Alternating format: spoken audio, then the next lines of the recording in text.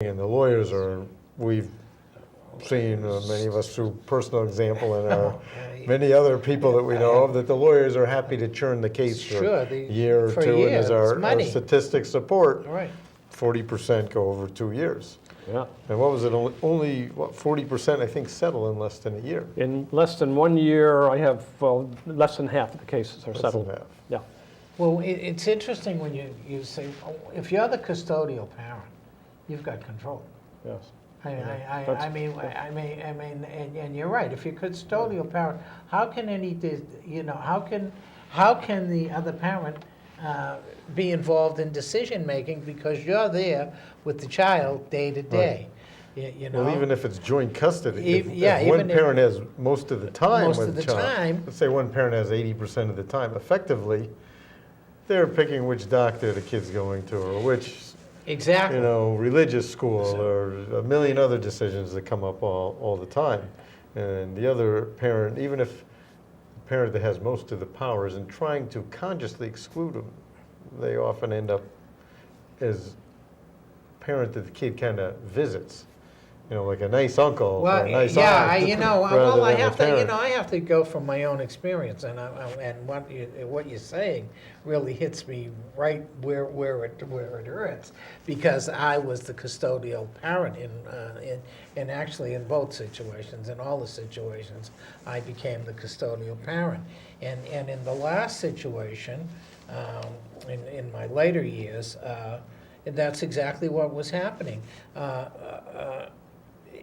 What we had joint custody or whatever you would call it, but parental rights were basically left with me because I had all the time, and the child was going on exactly right on visitations.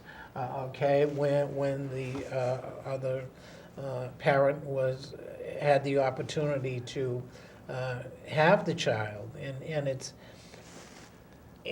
And I wonder how sometimes can be a difficulty. In my case, it was the other parent did not have the time to be the custodial parent, even if they wanted to be. Well, was she involved in decision-making for the child? Health decisions, religious decisions? She could have been, but she wasn't. School? No, she Okay. no, and it's really Well- interesting because she could have. Yeah. She could have been, and even in the schooling situation, it got so that in the end there was no. There was no decision making. And that was her choice, if she didn't Well, it was- want to get involved or didn't And get it was involved. child's Oh, choice too. yeah. So it caused a major situation where the child felt abandoned, basically. Yeah.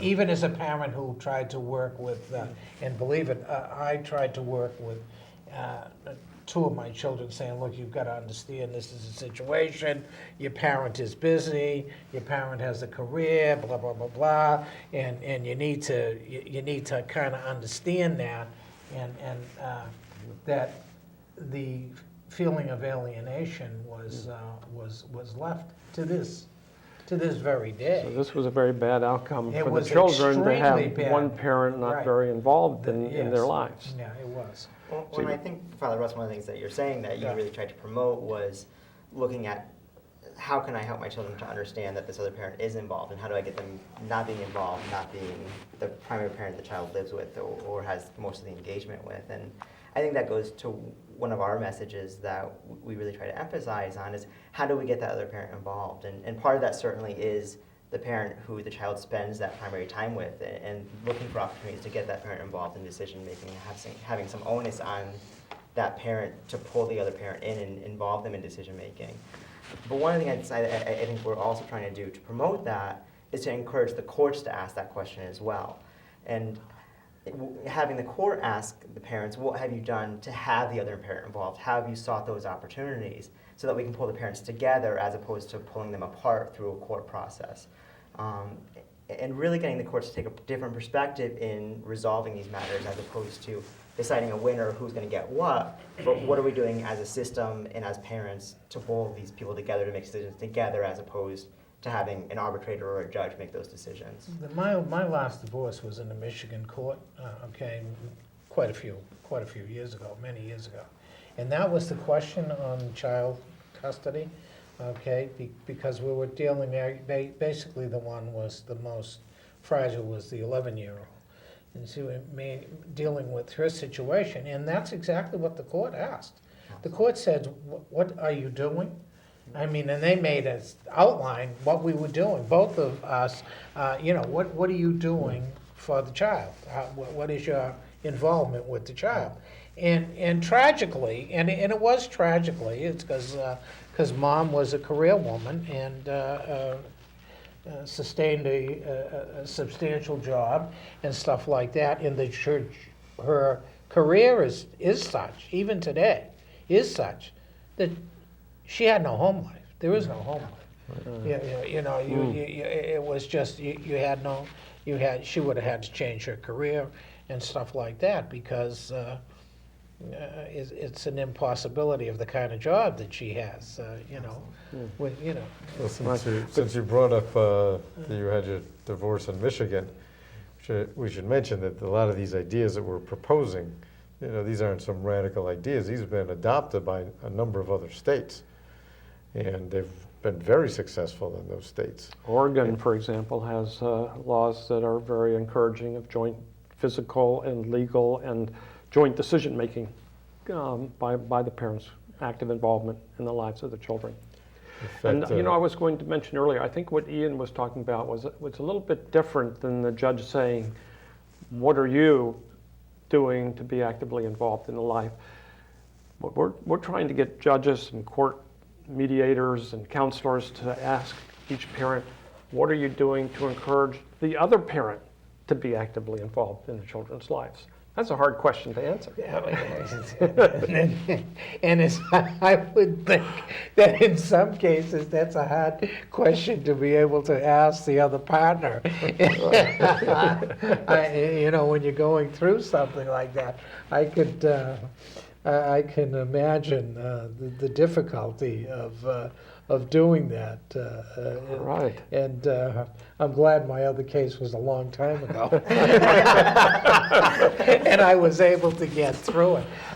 Most of my audience who follows me knows I've been married several times. And I always say it wasn't, I was really lucky with the children I was able, but I was never fortunate with the wives.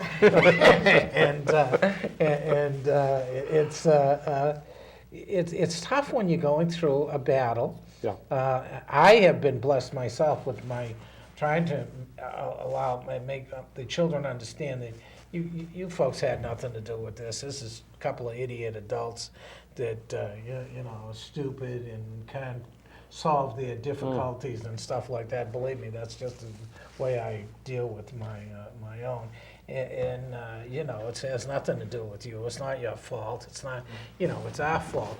But in that, what you are asking, I would have had extreme difficulty trying to raise that question. I wasn't always that good at encouraging my ex-spouse either, to tell you the truth. But actually, I was very, very fortunate that I had roughly half time with my children. After there were a few rough years with court back and forth when I was limited in my time with the children, but then I had half time, and I actually had a setup where I had a house. Then the school was a block away from the elementary school was a block away from the house. And then my ex-wife had a house, 2 blocks on the other side. So the children just went back and forth, and there was a lot of back and forth. Most people would say way too much back and forth. One night at my house, the next night at her house, and back and forth and back and forth. But it kind of worked. They got loving involvement by both parents. They got active involvement, and I think in the end it was the best we could do in the circumstances, I thought. And I think you bring up a great point, John, is that it worked for you guys as parents. Right. And that's one of the things that I think more and more studies point to, is that figuring out what works for the family. And when we go to court, sometimes we start forgetting about what's going to work for that family. And people are arbitrarily making decisions as opposed to what's going to work best for this family and help people work through the day-to-day stuff. when you have two parents working together in the same home, one